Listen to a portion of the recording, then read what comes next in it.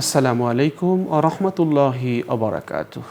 আলহামদুলিল্লাহি রাব্বিল আলামিন ওয়াসসালাতু ওয়াসসালামু আলা সাইয়্যিদিল আম্বিয়াই ওয়াল মুরসালিন ওয়া আলা আলিহি ওয়া আসহাবিহি আজমাইন।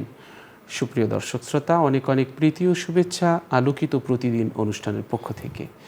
আশা করছি যে যেখান থেকে এই অনুষ্ঠান দেখছেন, শুনছেন, সুস্থ আছেন, ভালো আছেন, নিরাপদে আছেন। আল্লাহ তাআলা ভালো রাখুন, সুস্থ রাখুন, নিরাপদে রাখুন, সেই প্রত্যাশা করছি।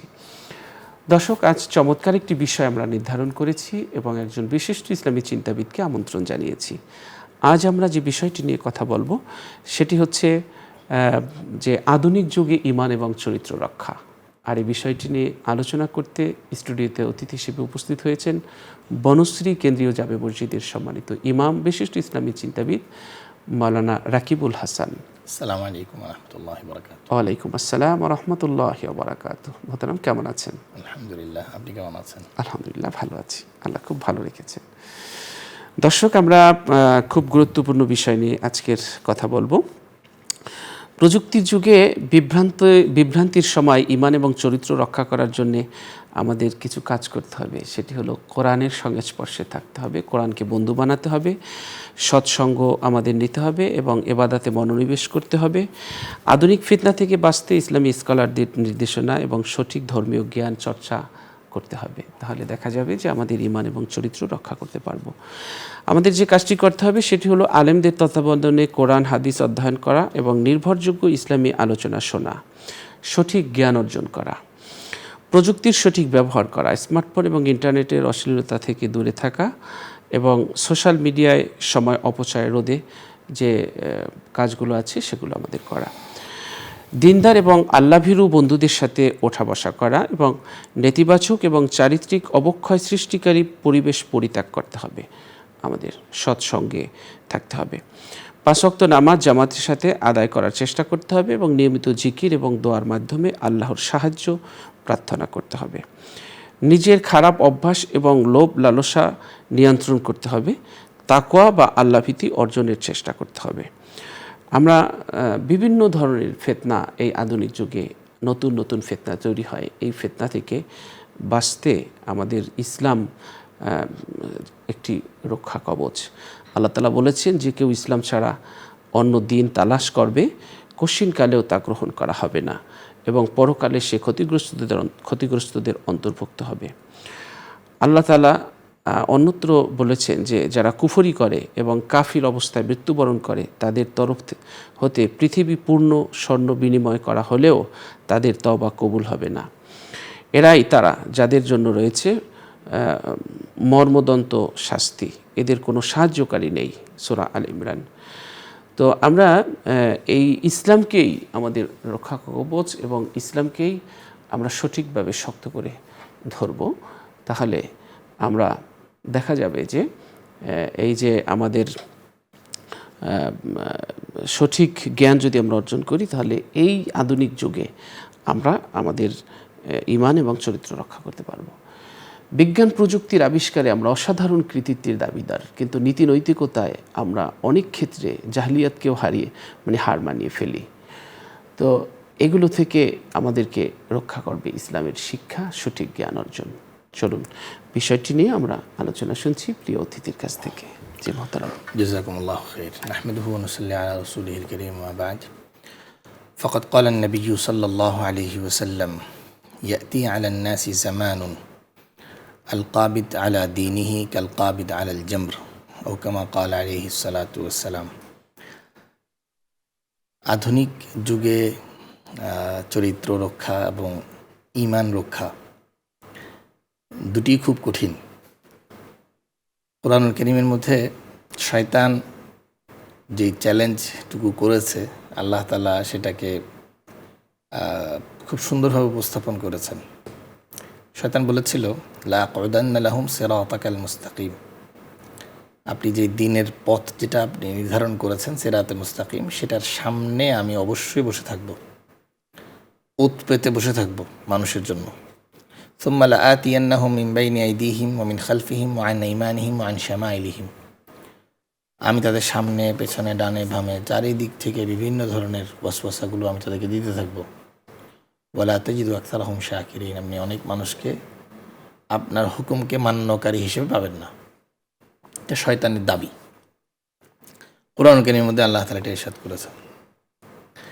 এই জামানায় রাসূলুল্লাহ সাল্লাল্লাহু আলাইহি ওয়াসাল্লাম বলেছেন যে কোনো ব্যক্তি দ্বীনের উপরে টিকে থাকা এতটা কঠিন, হাতের মধ্যে যদি জ্বলন্ত অঙ্গার রাখে যতটা কঠিন। এটা একটা মারাত্মক মুশকিল যে আমার আপনার জন্য দিন যত যাচ্ছে তত বেশি পরিমাণে আমার আপনার জন্য ঈমান রক্ষা, চরিত্র রক্ষা কঠিন হয়ে যাচ্ছে। একটা জামানা ছিল, আমরাই ছোটোবেলায় দেখেছি, যখন স্মার্টফোন আসেনি, 2000 সনের আগের কথা বলছি, আপনারা আরও ভালো জানবেন, যারা মুরব্বীরা আছেন তারা তো জানেনই। যখন স্মার্টফোন ছিল না, তখন একজন মানুষ গুনাহ করতে হলে নির্দিষ্ট জায়গায় যাওয়া ছাড়া সে গুনাহ করতে পারত না। সিনেমা দেখতে চাইলে সে সিনেমা হলে গিয়ে দেখতে হতো।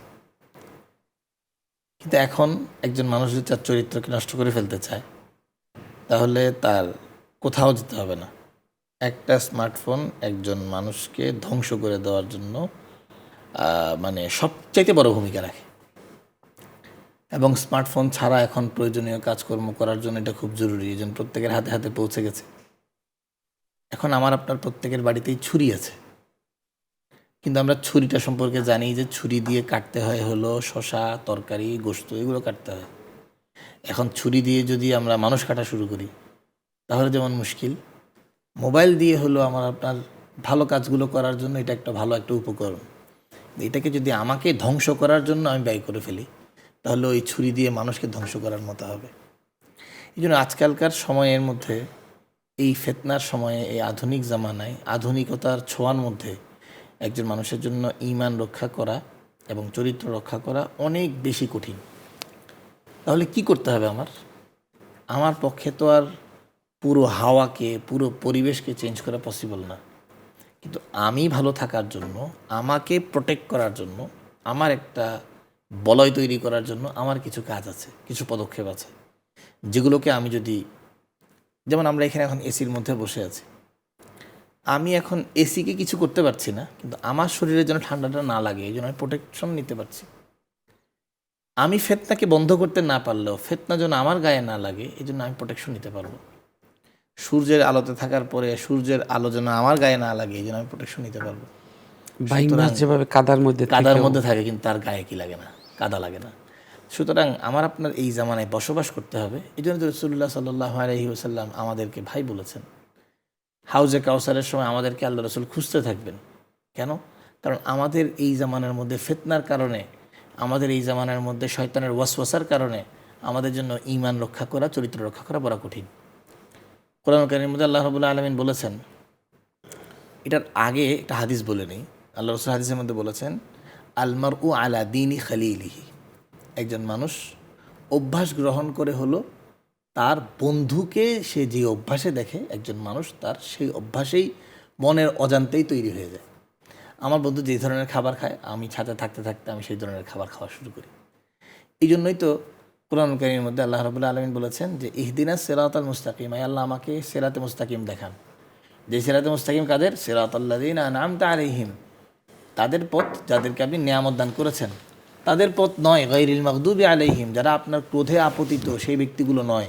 ওয়ালাদ-দাল্লিন, এবং যারা সত্য পথ থেকে বিচ্যুত সেই সকল ব্যক্তি নয়। তো খুব স্পষ্ট করে এটা বলেছেন, কারণ হলো আল মারউ আলা দীনি খালিলিহি, মানুষ তার বন্ধু, মানুষ তার পরিচিত মানুষের আখলাকে গ্রহণ করে নেয়। এই জন্য তো কালকে আমাদের ময়দানে মানুষ আফসোস করবে, লাকাদ আদাল্লানি আনি যিকরি বা'দা ইয জাআনি, আমার কাছে তো হেদায়েত এসেছিল, হেদায়েতের বাক্য আমার সামনে উচ্চারিত হয়েছিল, ভালো কোনটা, মন্দ কোনটা, সওয়াব কোনটা, গুনাহ কোনটা, সঠিক কোনটা, ব্যাঠিক কোনটা, হক কোনটা, বাতিল কোনটা, এই বিষয়গুলো আমার সামনে স্পষ্ট হয়েছিল, কিন্তু আমি এরপরেও বুঝি নাই। ইয়া লাইতানি লাম আত্তাখিয ফুলানান খালিলা, হায় আল্লাহ, আমি যদি এমন হতো যে ওই ব্যক্তিকে বন্ধু হিসেবে গ্রহণ না করতাম। এই জন্য কী করতে হবে? হাদিস শরীফের মধ্যে আল্লাহ রাসূল সাল্লাল্লাহু আলাইহি ওয়াসাল্লাম বলেছেন, লা তুসাহিব ইল্লা মুমিনা, তুমি যদি তোমার ঈমানকে হেফাজত করতে চাও তাহলে তোমার সাথী বানাও হলো একজন পাক্কা মুমিনওয়ালাকে। ঈমান রক্ষা করার সবচাইতে বড় ভূমিকা হলো একজন সাথী বানাইতে হবে, আশপাশের লোকজনকে ঈমানওয়ালা বানাইতে হবে।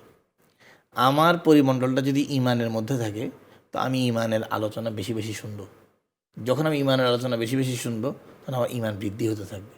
কুরআনুল কারীমের মধ্যে আল্লাহ রাব্বুল আলামিন বলে দিয়েছেন, ওয়াইদা তুলিয়াত আলাইহিম আয়াতুহু জাদাতহুম ঈমানা, যখন আমার আয়াতসমূহ নিয়ে তাদের সামনে আলোচনা হবে তখন তাদের ঈমান বৃদ্ধি পাবে। সুতরাং আমার আপনার ঈমান যদি বৃদ্ধি পেতে হয় তাহলে আমার আপনার সাথী বানাতে হবে এমন যে সাথীদের মধ্যে ঈমানই আলোচনা হয়। 1 নম্বর কাজ।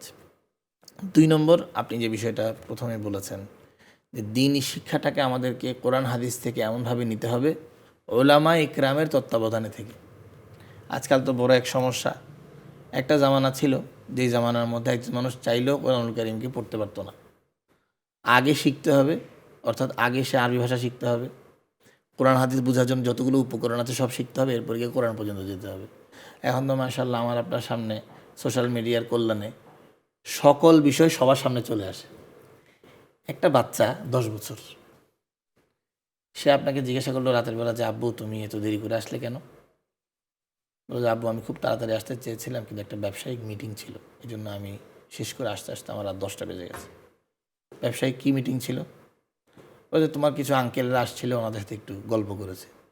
বলতো ওই গল্প তো বাসায় এসেও করতে পারতেন। এখন বলছেন না এটা ব্যবসায়িক গল্প, এটা এমনি গল্প না। তো বলে গল্প হলে তো সেটা বাসায় করা যায়, সেটা বাইরে কেন করতে হয়? বাইরে গল্প করা না খারাপ আপনি আমাকে বলেছেন। বাবা তাকে বলেছে যে বাইরে গিয়ে গল্প গুজব করবো না, সব গল্প গুজব কোথায় করতে হবে? বাসায় করতে হবে। এখন ওই ছেলেকে বাবা এই গল্প দিয়ে সেই গল্প না, এটা যে কোন গল্প বোঝানো কোনোদিন সম্ভব? এখন যদি বাচ্চা যতই তাকে প্রশ্ন করুক না কেন, সর্বশেষ বলার পরে কী করে ধমক দিয়ে বাচ্চাকে থামিয়ে দেওয়া ছাড়া এর কোনো জবাব সদুত্তর বাবা সন্তানকে দিতে পারবে না। এখন একজন মানুষ যে 15 বছর 20 বছর পড়াশোনা করার পরে কোরআন হাদিস যেটা বোঝার দরকার ছিল সেটা সে বুঝে, আর যিনি আজকে প্রথম দিন খোলার পরে এই সকল বিষয়গুলো তার সামনে চলে আসবে, তার বোধ শক্তি, তার বোঝার শক্তি, তার অ্যাসেসমেন্ট ক্ষমতা, তার বিচক্ষণতা, এগুলো কোনো কিছু ছাড়াই সব কিছু সবার সামনে চলে আসছে। যার কারণে আমি আপনি কোরআন হাদিস আসার পরেও বিভ্রান্তির শিকার হচ্ছি। কেন? কোরআন কারীম বলে দিয়েছেন ইউদিল্লু বিহি কাসীরাও ওয়া ইয়াহদি বিহি কাসীরা। কোরআন কারীমের মাধ্যমে কিছু কিছু মানুষ হেদায়েত পাবে, বহুত মানুষ গোমরা হয়ে যাবে। এবং হাদিসের মধ্যে এসেছে আল্লাহ তাআলা রাফা বিহি আকওয়ামান ওয়া ইয়াদাউ বিহি আখারিন। এই কোরআনের মাধ্যমে কোনো কোনো মানুষকে খুব উঁচা বানিয়ে দিবেন, আর এই কোরআনের মাধ্যমে কোনো কোনো মানুষকে জিল্লতির মধ্যে পৌঁছে দিবেন। সুতরাং আমার আপনার ঈমান হেফাজতের জন্য আমার আপনার কোরআন এবং হাদিসের ইসলামী শরীয়তের স্বচ্ছ সঠিক জ্ঞান আমাদের অর্জন করতে হবে। সেটা আমি আপনি পড়াশোনা করার মাধ্যমে হোক অথবা বিজ্ঞ ইসলামিক স্কলারদের বয়ানের মাধ্যমে হোক, পুরোটাই যেন আমার কাছে সুন্নাহ অনুসরণকারী আলেম ওলামাদের তত্ত্বাবধানে থেকে হতে হবে। বলে হুজুর অনেক হুজুর বুঝি না কোনটা ভালো কোনটা খারাপ। আপনি খুঁজবেন হলো যিনি সুন্নাহ মানেন। আমার মধ্যে যদি সুন্নাহ মানার যোগ্যতা থাকে তাহলে আমি হলাম আসল আল্লাহ রসুলের অনুসারী। যিনি সুন্নাহ মানেন না, শুধু ওয়াজ করে বেড়ান, ওই মানুষ থেকে আমি আপনি ইলম নিতে পারবো না। ইবনে সিরিন রহমতুল্লাহি আলাইহির ঐতিহাসিক বক্তব্য আছে ইন্না হাযাল ইলমা দীনুন, আমাদের এই যে কোরআন হাদিসের ইলম এটা হলো দ্বীন। ফানজুর আম্মান তাখুযুনা দীনাকুম, তোমরা খেয়াল করে দেখো তোমরা কাদের থেকে ইলম নিবা। ইমাম বুখারী রহমতুল্লাহি আলাইহির কথা আমরা অনেক শুনি। উনি একবার এক হাদিস দিতে গেছেন, হাদিস সংগ্রহ করার জন্য কত দূর সফর করে গেছেন। যাওয়ার পরে সেখানে দেখেন যার কাছ থেকে তিনি হাদিসটা নেবেন তিনি নামাজ পড়ছেন। তো নামাজ উনি খালি ময়দানে আপনার মরুভূমিতে পড়ার কারণে ওনার আঙ্গুলের ছাপ বসে গেছে। সেজদার সময় আঙ্গুলগুলোকে মিলিয়ে রাখতে হয়, এটা হলো সুন্নাহ। এখন উনি যখন হাতগুলোকে রেখেছেন তখন ওনার আঙ্গুলগুলো ফাঁকা ছিল। ইমাম বুখারী রহমতুল্লাহি আলাইহি এই দৃশ্য দেখার পর ওনার কাছ থেকে হাদিস নেন নাই। বলেছেন যে উনি তো রুব্বা হামিল ফিকহিন গায়রু ফাকিহিন, উনি তো এমন হাদিসওয়ালা যে হাদিস তিনি বুঝেনি না, যে হাদিস উনি মানেননি না। যিনি হাদিস মানেন না তার কাছ থেকে কেন আমি ইলম শিখবো? তিনি আমার উস্তাদ কেন হবেন?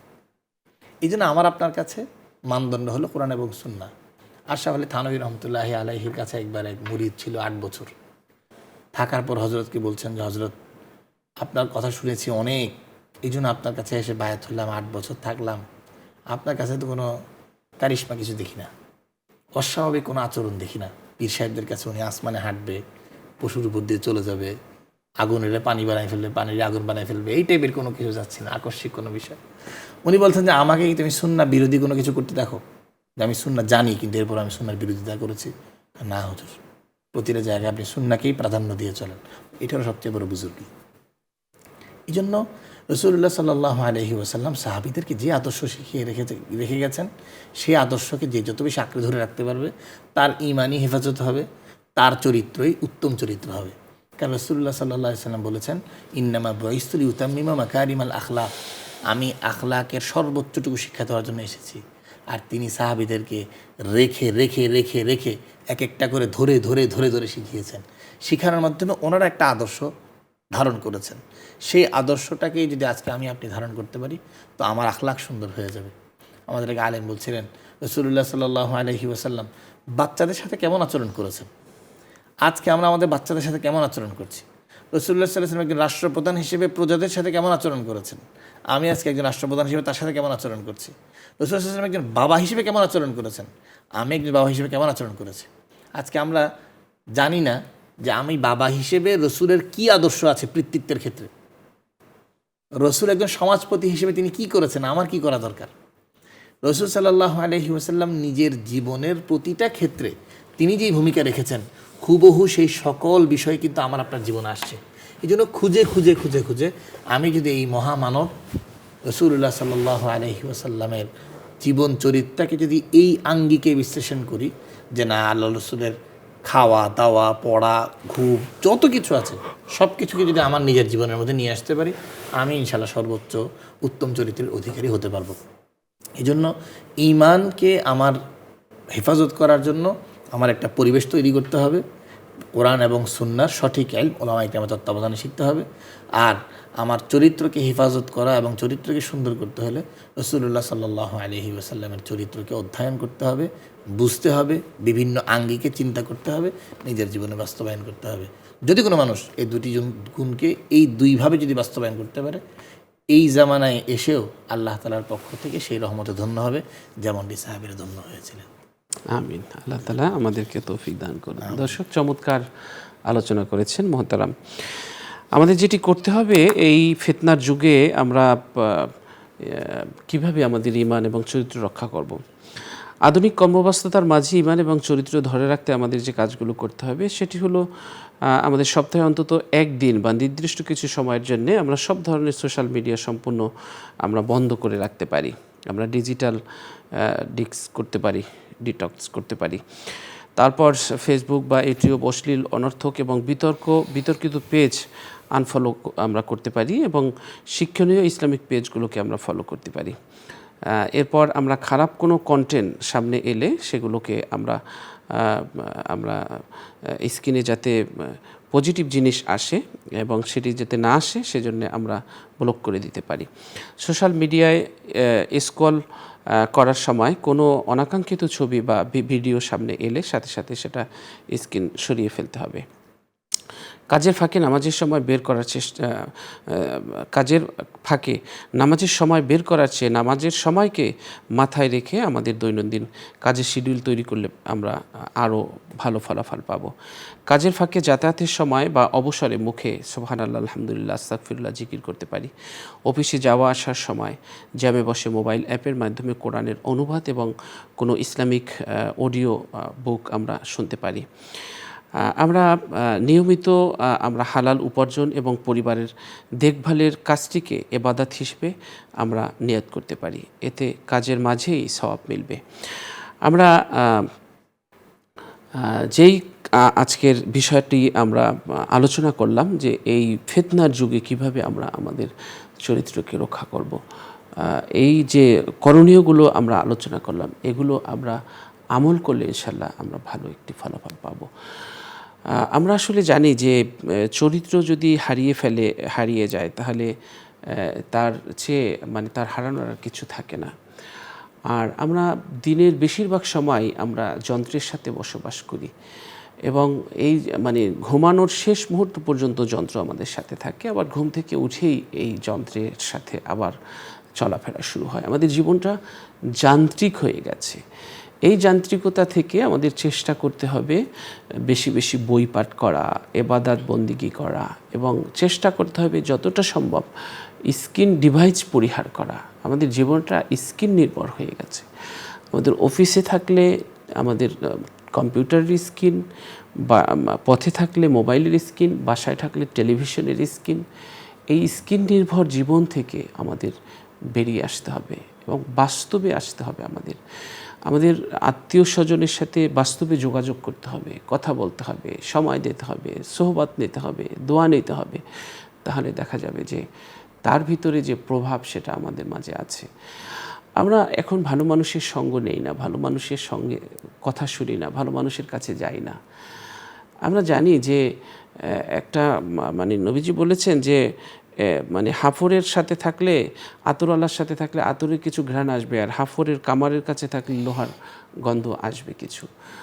আমরা জানি যে আতর বিক্রেতার কাছে থাকলে আতর মানে আতর বিক্রেতার কাছে গেলে আতর না কিনলেও দেখা যায় একটু ঘ্রাণ আসবে। তো এই জন্যে ভালো মানুষগুলো সংস্পর্শ নিতে হবে এবং ভালো মানুষের সাথে থাকতে হবে আমাদের, ভালো মানুষের কথা শুনতে হবে।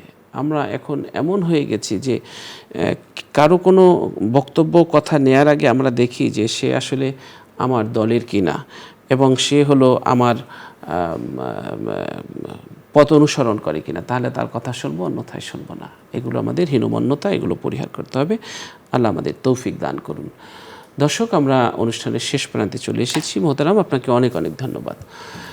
আমরা এই মুহূর্তে একটি মোনাজাত করব, আপনারাও চাইলে আমাদের সাথে মোনাজাতে শরীক হতে পারবেন। আল্লাহুম্মা সাল্লি আলা সাইয়্যিদিনা ওয়া নাবিয়িনা ওয়া শাফিয়িনা ওয়া হাবিবিনা ওয়া মাওলানা মুহাম্মদ সাল্লাল্লাহু আলাইহি ওয়া আলা আলিহি ওয়া আসহাবিহি ওয়া বারাকা ওয়া সাল্লাম।